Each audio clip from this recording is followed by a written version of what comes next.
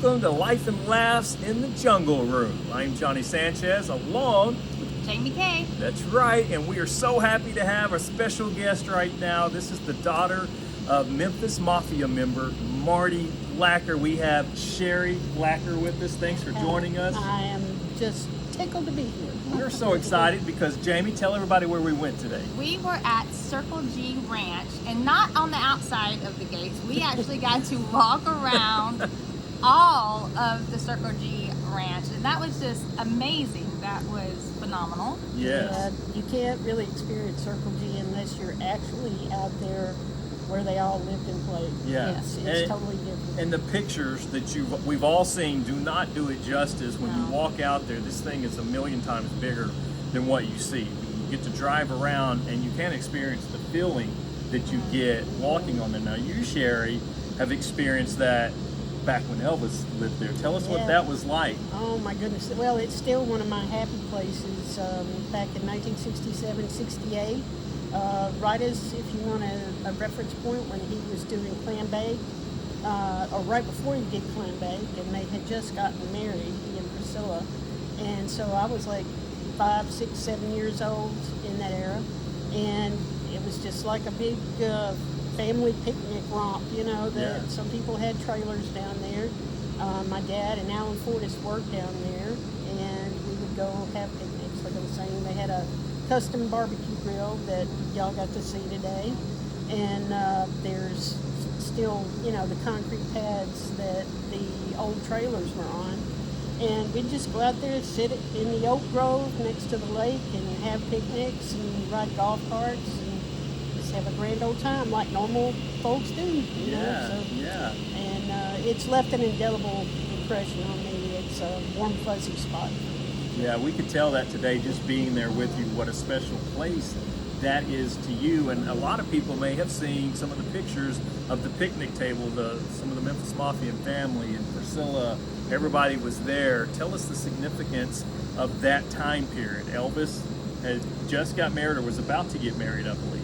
I believe he had already gotten married, because in that particular picture, I believe Priscilla was a few months pregnant in that one. And let's see, it was more than likely,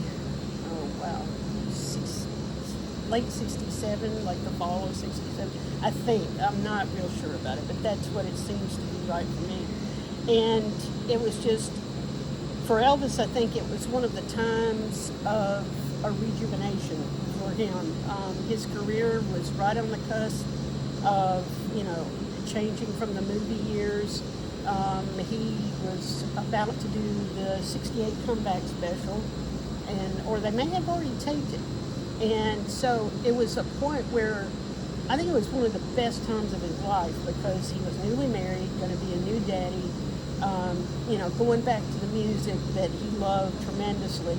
And, you know, we could tell from that 68 special that performing live was his, you know, that was his sweet spot. So, plus he looked good. So. Yeah. So, yeah.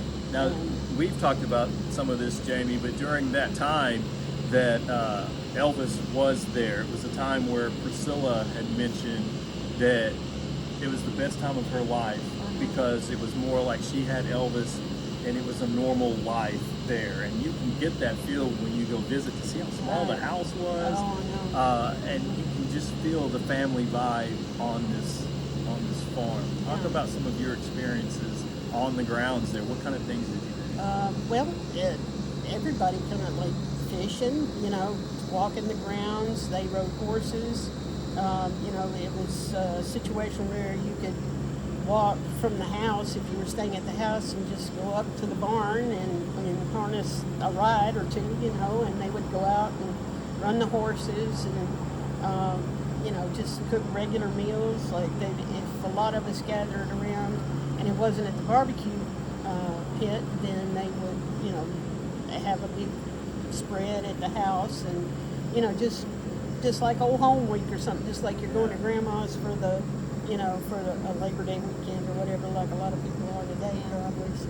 And they had some privacy as well, because Yeah. when you see I always assume the trailers were right there by the house, but they're a good distance away on the back side of the land. Yes, and So there that was- allowed them to have privacy. Right, and now if you drive by there, you will see that there is some subdivision development behind it, just beyond that acreage. And back then that wasn't there. It was just all woods and meadows and stuff. So back there, and then, when you go from that gravel road that you can barely see now, that was a complete graveled out, groomed area, so they could go over and get the, bush hogging equipment and play farmer and, do all that kind of stuff. So. Yeah. Jamie, it was your first time there. What was your experience like stepping on to Circle G Ranch on the property?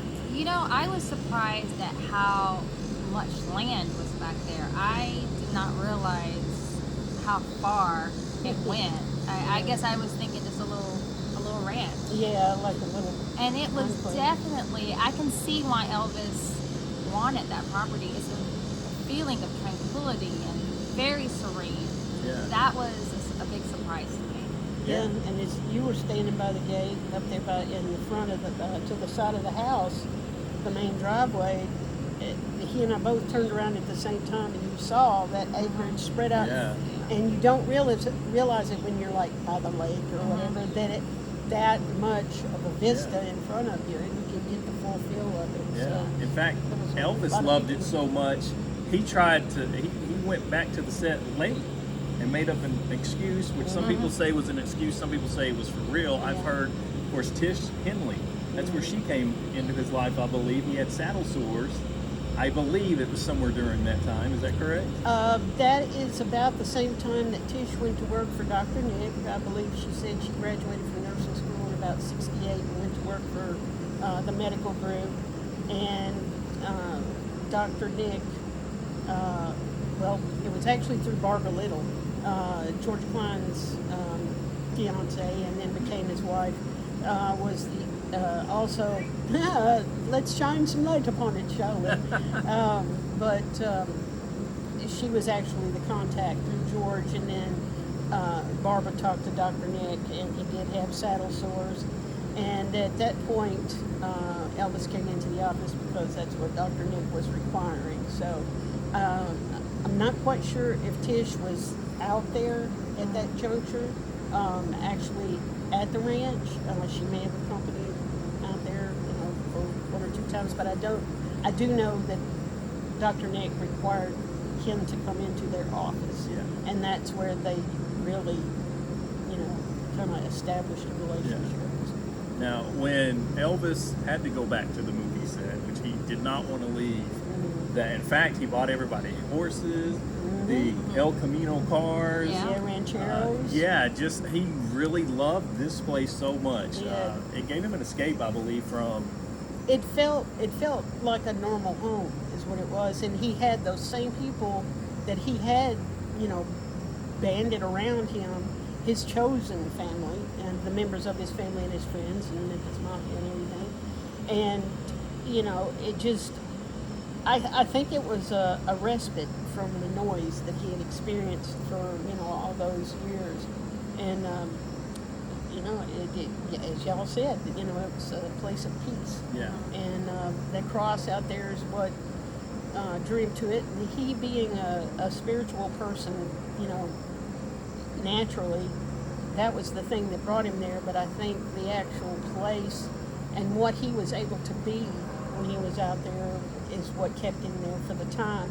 And unfortunately, the reality of work broke back in, and his dad got to thinking, well, there's not a whole lot of money coming in right this second because there's projects in the future, but there's not been any for a while. We got to stem the, flow of money here, son. Yeah. So I think once that happened and stuff started getting complicated by financial and people griping about things, and he had to go back to LA, I think that kind of let the air out of his sails a bit, and it kind of brought the fantasy world back to reality. And that was kind of the end of the era for that. During the time he went back, did he stay and take care of Circle G periodically? There or? was a period of time because actually that's when Daddy left the Payroll in 1967, because after Clambake, again, we're talking about that downtime where the movie years were over, so he wasn't really traveling. There wasn't that much, need for an entire staff of security or keepers or whatever.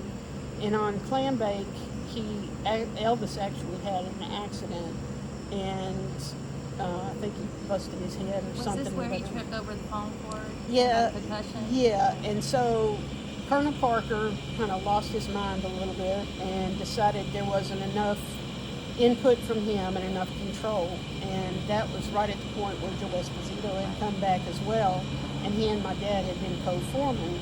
And my father was loyal to Elvis, strictly, one way, that's it. He didn't cater to anyone else. Joe Esposito, on the other hand, along with his loyalty to Elvis, he was also a confidant for Colonel Parker. And Colonel Parker wanted reports on Elvis. Yeah. And my dad said, look, I'm not reporting on Elvis to anybody. He said, if you're going to lay people off, he said, I've got somewhere to go. He said, because he was, doing other stuff with the music business at that point. Right. So yeah, that's when he left the Payroll and he started his own music business, and that was before the ramp up of the touring and all that stuff. But he still remained part of the Memphis Mafia and still very much involved in Elvis's daily life.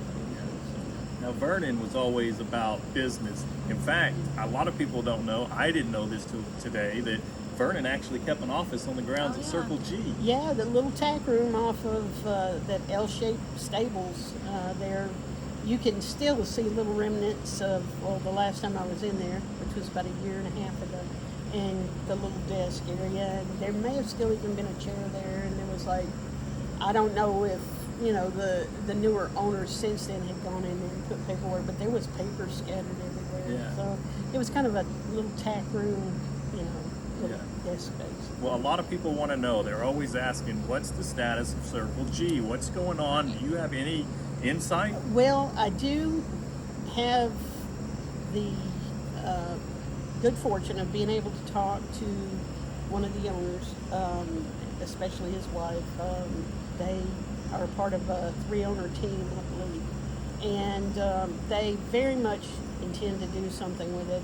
As with anything, especially now that they have been deemed a national historic place or National Historic Site or Landmark. Yeah, it's a Landmark. register of national historic places or something like that.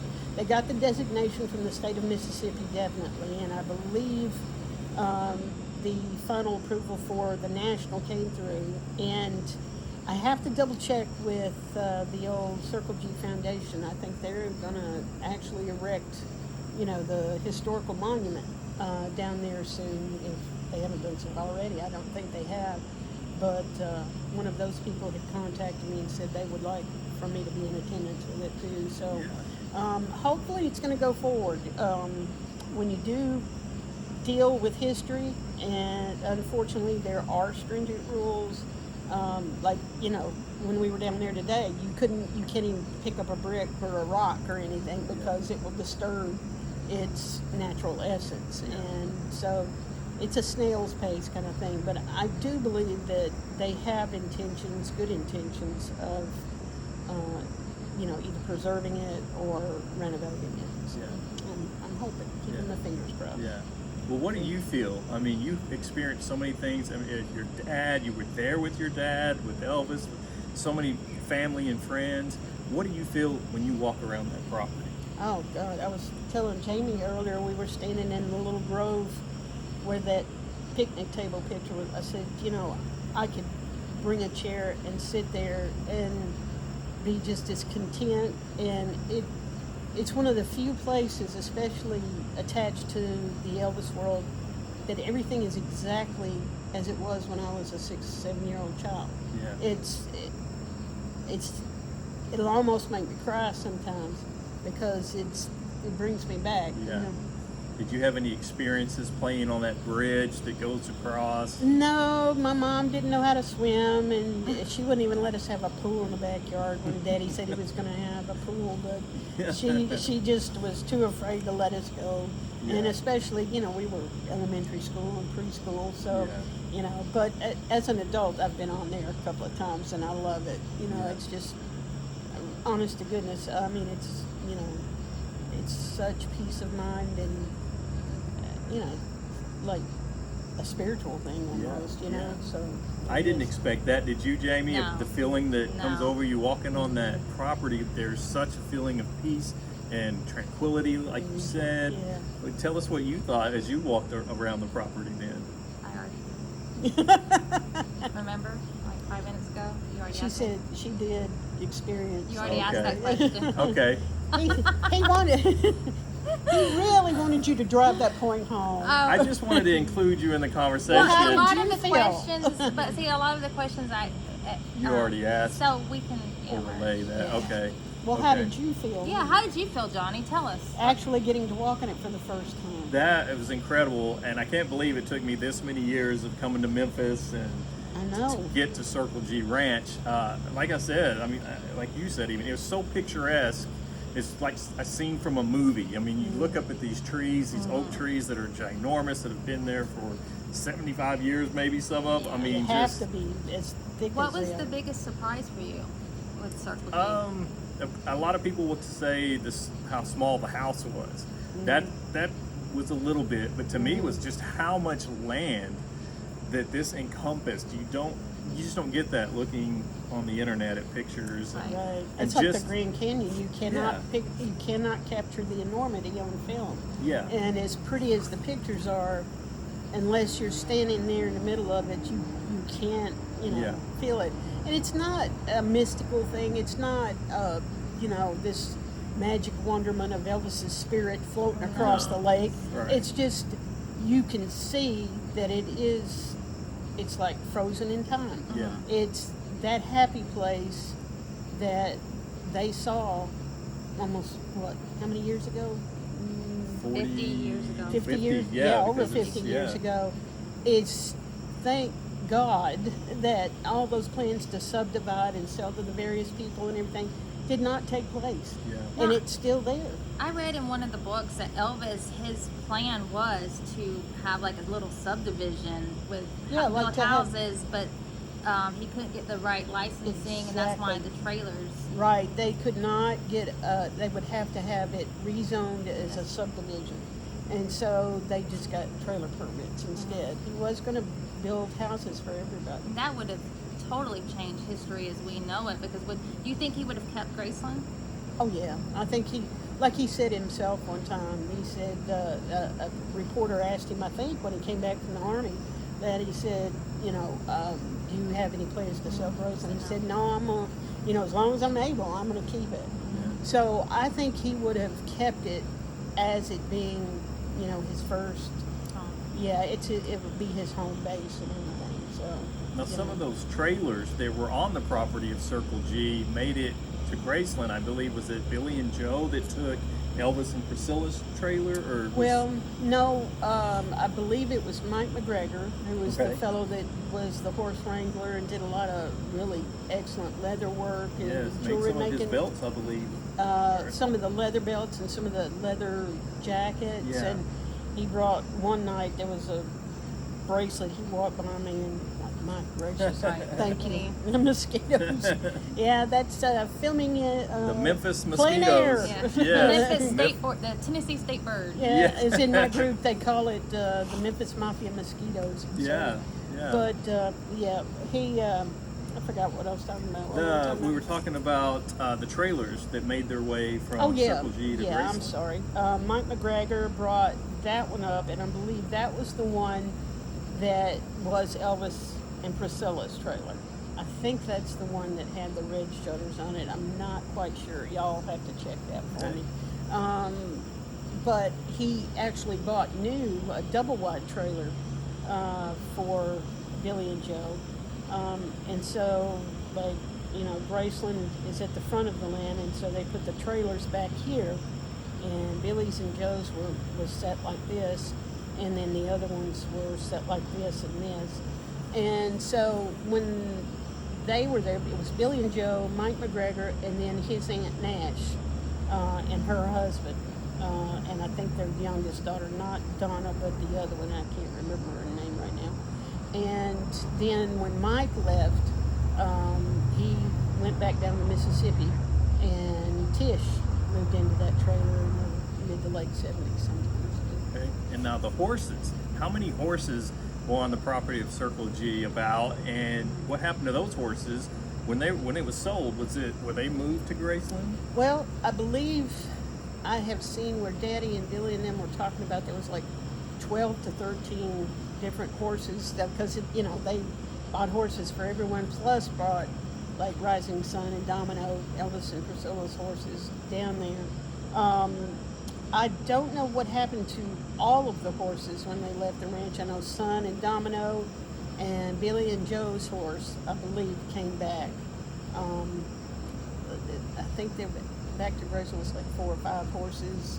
I'm not quite sure again, because that wasn't part of my existence. Again, Right. my mom, I asked her one time, I said, why didn't I ever get to go out and play at the bone? I was scared of horses. I said, well, that's real nice, Mom. Now, you had a story about Priscilla's horse, Oh, Domino. yeah.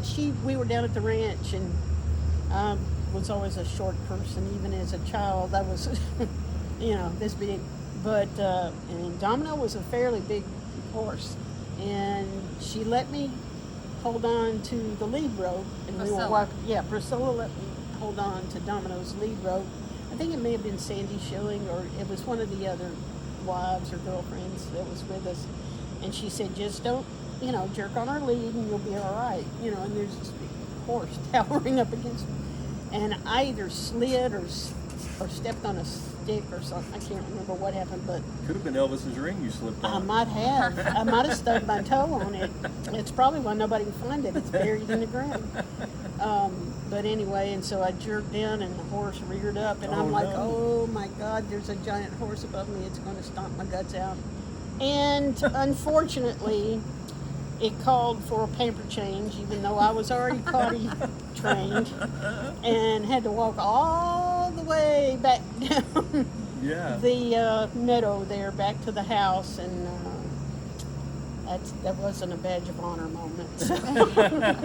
Now, there were stories about how Elvis would see a horse he liked, and he would go to people's doors and just knock on their doors in the middle of the night. Is that true? And You got me, buddy, because like I say, I was 6 or 7 at that point, Yeah. and I really wasn't privy to that much at that juncture. I just remember, getting to go down there and play and all that stuff. Now, things had happened later on, but that was well after the ranch. Yeah. I can remember better. But Right, those years were, little baby memories. So, yeah, but but definitely happy times. had definitely happy times, and for it to be that much of a beloved place in my heart,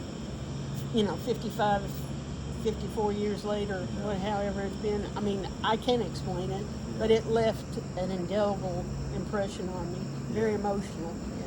Yeah. How do you think Elvis felt when he was, I don't want to say forced to sell it, but he was pressured to sell it at the least, I would say, right? Yeah, I would think, knowing his personality, that, like I say, anything he enjoyed to the nth degree. And I imagine once he started getting, bagged on about the money being spent and all that, it probably took the wind out of his sails. Yeah. I imagine there was, some modicum of regret, because he still continued to ride at Graceland quite a lot. And, but, I think when somebody, burst his bubble on something, it was just, okay, well, let's let that go. Yeah, on to the thing. next fun challenge, and it seems like he went from one thing to the next. Yeah, he would be upset. He had an obsessive compulsive kind of bent to things, because even, down to the, meals he chose, or he'd stay on that for a while, and then he was with the horses, and then he kind of zigzagged over into the motorcycles and the three-wheelers, and and that kind of thing. So he went more to the motorized contraptions, you know, Right. after he stopped riding the horses. So, Yeah, so. yeah, and of course, like you said earlier, he was on the horizon of starting back on his music career, and that really excited him, especially after Yeah. the '68 comeback special. I think of anybody I have ever witnessed, even if I didn't know Elvis personally, you could tell that he thrived on challenges. Yes. And that was something that was like, you know, all right, I'm going to sink my teeth into this, and here we go. you Yeah. know, So, And maybe that was the rejuvenation he needed, that rest at Circle G. I think it did a lot Yeah. for him spiritually, mentally, Yeah. to just refresh everything after being burnt believe- out. Yeah, I believe you're correct. I believe, you know, whether it was just a God thing, just time in his life to do something like that, but that transition period, I think, if he hadn't had that and he continued with those kind of movies and everything that wasn't a challenge, I think he would have burned out a lot quicker. Yeah. So, you know, I think that, and the people that are keeping the ranch, you know, and getting the historical markers and such, they actually used that thesis, is that was a restorative point in Elvis's life and career, that ranch was a pivotal period that enabled him to do that, and that's why it's worth preserving. Yeah. Jamie, you have any final thoughts about Circle G Ranch? No. No. I'm sorry, I've been fighting off mosquitoes. I know, I've been watching out of the corner of my eye, and I'm I'm feeling, like, I hope he is. They like attack me right now. And I was Yeah. like, yeah, we're doing it out, we're out in the raw we air. you'll see, we did have a great conversation when Yeah. we were actually on the grounds of Circle G, and Okay. I feel like, you know, especially Circle G wasn't just about Elvis. That was part of your childhood, and Yeah. that really struck me as how real the people surrounding Elvis, that it was their lives too. It's part of Yeah. their history. It's not just about Elvis Presley and who he was. This Yeah. was part of your life. That's a great point. And, you know, on our lives and every day when I talk to Elvis fans and other people, and, you know, it's easy for people to say things and say, well, my opinion is this and my opinion is that. But just people don't realize until like today, when you all were able to see it real and see what took place there and all the other people that it impacted, that those are real lives. Those were Elvis. Elvis was a man. It's hard to believe that being that culturally impactful, that he was still a man, and he still had other people around him and family life and friends, and it was an outstanding moment in time that anybody got to join in that with him, you know. But it's real people, it's real life. So, you know, when you hear these people making all these suppositions and everything, they don't realize that, look, this is just like your mama or daddy. You have to understand, he wasn't a god, he wasn't on a pedestal, he was a real flesh and blood man. And when you talk about the people around him, you're talking about real people, Yeah. you know. So It's not a fantasy or story No. like a lot of us read. Yeah, And it's Yeah. not a story in a book. These were and real people. and I can understand that, because I've been starstruck with people too. You know, they're bigger than life and everything. But when you really Yeah, Johnny do- was really starstruck when he met me. I know. I was. I noticed that, and you know, we tried to counsel him a little bit. Say it'll be all right. You'll get to know she does bleed. Well, we can't thank you enough for taking us to the ranch today Yes, and being thank able you to so spend much. time with and share some of your childhood experiences, and Angie. What a wonderful trip. It was. Yeah. It was. It was just as much as part of your history as Elvis, that I felt like I got to know you more, that you were sharing something from your childhood, Yeah. that I actually forgot about Elvis, Oh, my because you were goodness. showing me where you played, and Yeah. that was. Well, I appreciate y'all, and I was glad I got to share it with y'all, because y'all have become like my family Yes. now too. So. This is my sister Sheri, Yes, and Angie also as well. And my brother and sister, Yeah. Johnny and Jaime. So, Yeah. it was a pleasure, and it was a gift to have you all there and be able to share it with you. So. Well, thank y'all so much. Let's go right back to the studio right now. Oh man, dang.